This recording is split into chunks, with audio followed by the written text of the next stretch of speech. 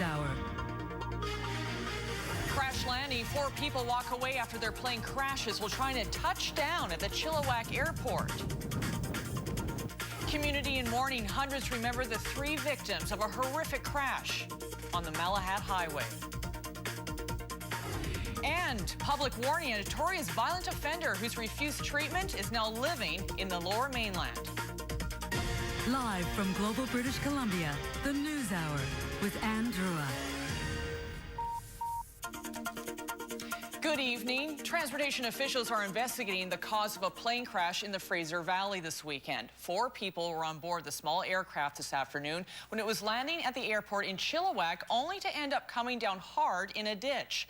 Ted Chernecki has details. At about 1 this afternoon, a single-engine tail-dragger aircraft was making a final approach into Chilliwack Airport.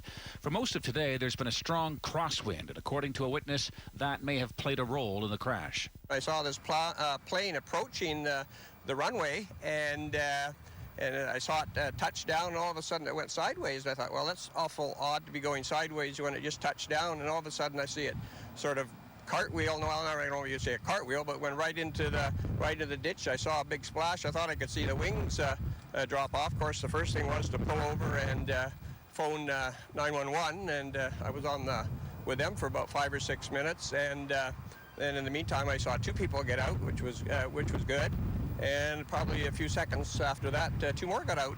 Luckily, all 4 people on board the aircraft were unharmed, with 2 of them walking away from the crash and the other 2 being treated by ambulance staff, but otherwise okay. The pilot said it was just bad luck. A bit of gust turned the wheel, and unfortunately the ditch was here.